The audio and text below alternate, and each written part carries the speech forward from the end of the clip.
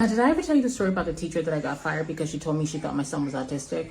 Let me tell you about it. But first, let me go ahead and make myself a cup of tea. And while I'm making this tea, we'll start the story. The story begins with JB, my oldest son. He's 6 years old. He's at summer camp. And one day, the substitute camp counselor says to me, "Is your son autistic?"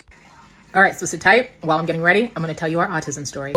So boom. On the second day, the counselor is there. She pulls me aside. She says to me, "We're bringing the kids to the beach on Friday." Mind you, he's been going to the beach with them every week, so it hasn't been a problem. "We're going to the beach with the kids. Is your son going to be okay at the beach? Is he sensitive to the sand?" And I'm like, "Why are you asking me all this stuff? Girl, he's fine." She finally says it. She says, "Look, I have been a public school educator." Again, she's a sub at this place, so I don't know her from Adam, but she's been a public school educator for 30 years, and she believes that my son is autistic. And she said something about like he was hiding under the desk one day. Bear in mind, I'm also very pregnant during this time. So she says what she says. I get home, I get in the car, and I'm very upset. And listen, bear in mind, at this point, my son had been on an IEP since he's 4. I've had like 3 IEP meetings for him at this point. He had been evaluated through the school system. I've talked to his pediatrician. No one who knows him, none of the teachers, nobody ever mentioned the word autism to me. I'm like, only thing, he goes to Kumon, okay? So he's been in tutoring for several years. The tutoring company that I'm trusting and thinking knows what they're doing never mentioned anything could be a concern. The teachers he's been going, nobody. The speech therapist that he sees every week, nobody. So for this person who's only seen him for one day as a substitute at a summer camp, I felt like she was completely out of line and was doing too much. So I get back in the car and I'm like, fuck it. If this lady is going to be judging my child, I'm just pulling him out of the camp. So I go to pull him out of the camp. Okay. And so I go back to the camp and I sit down in the office. And this is when I discovered that the camp that he's going to was a Scientology camp. This has no bearing on the story. But trust and believe, when I was sitting in that director's office and I'm seeing all the teachings of L. Ron Hubbard, I'm like, oh, where the hell am I? So we sit down, we talk about it. They're like, this is where I learned that mentioning any sort of developmental disability is forbidden at the school/summer camp because they just fundamentally don't believe in it. So it's one of their rules. So she broke their rules for mentioning it. And because of that, they were going to let her go. So they said, I honestly don't know if they actually let her go, to be honest. But this is where the journey begins for us, truly. Because at this point, and she put the bug in my ear. Like I couldn't ignore it now that she said it. And I remember calling a friend that day and saying to her, I'm like, I don't understand why they think he's autistic. He's like me. I said, he's like me. And I said, he's like his dad. We are slow to warm up. If we don't know you, we may not be the most outgoing people. I am better at masking or whatever you want to call it. So I can engage because I know the rules of how to engage with people. And so I can do it, but it's not the natural version of me.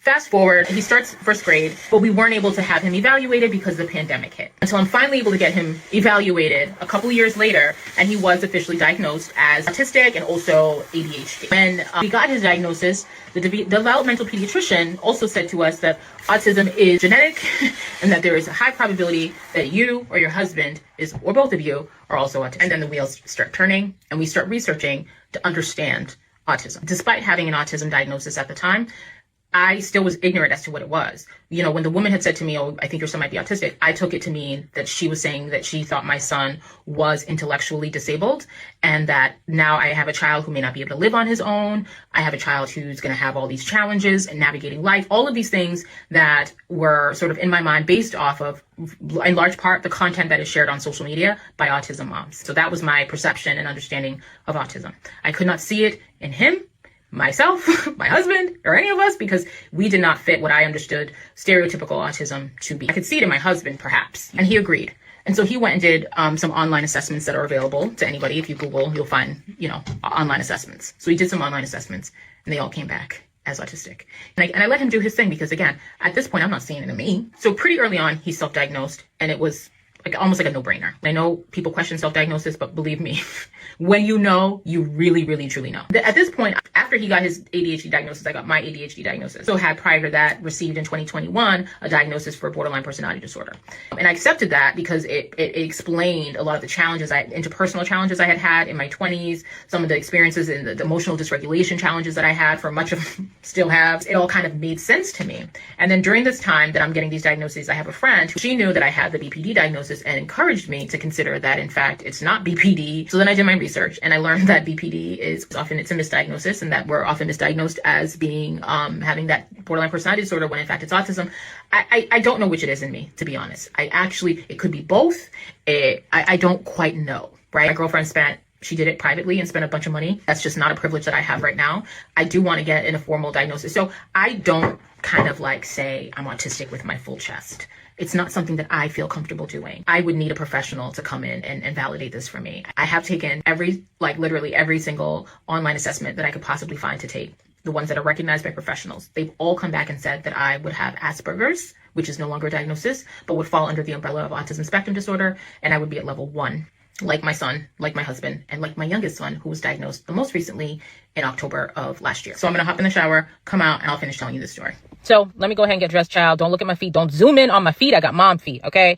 Let me go put on a little bit of makeup here. I'm just sitting in the house, child. But anyway, so this is our autism story. I did try to reach out to that teacher. I did. I sent her a message on Facebook to apologize for my reaction. It was an ableist reaction. She was absolutely right. And you really can clock people once you actually know what autism is, not based on the stereotypes that are shared all over social media and the internet and so forth. So I was ableist. I was wrong, and I have owned it and apologized, and I feel as though I have atoned thoroughly. Now we're just living our lives.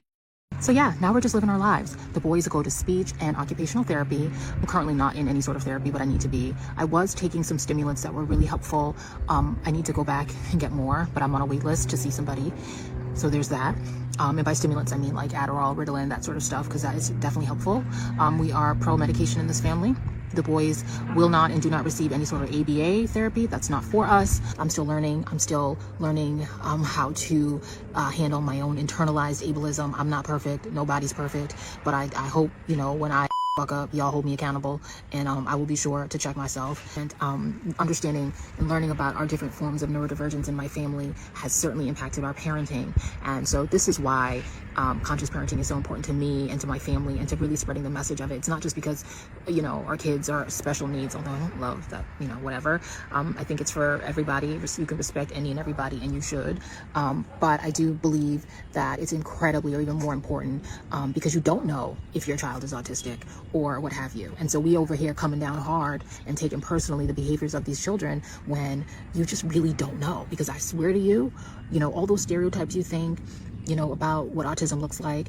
And so I took it personally. I was like, he's just not listening to me, and he just and then come to find out. So listen, when I say I have apologized, I think I'll feel guilty for the rest of my life about the way that I parented my firstborn for the first 6 years of his life. But I hope I have made up for it, and I hope the work that I do on this platform helps other parents to kind of step outside of the box and think about why their children are behaving the way they are, not necessarily because the kids are neurodivergent, but because kids are kids, and they need help. And yeah, so this is a journey that I hope to continue to share here on social media, and I hope you stick with me.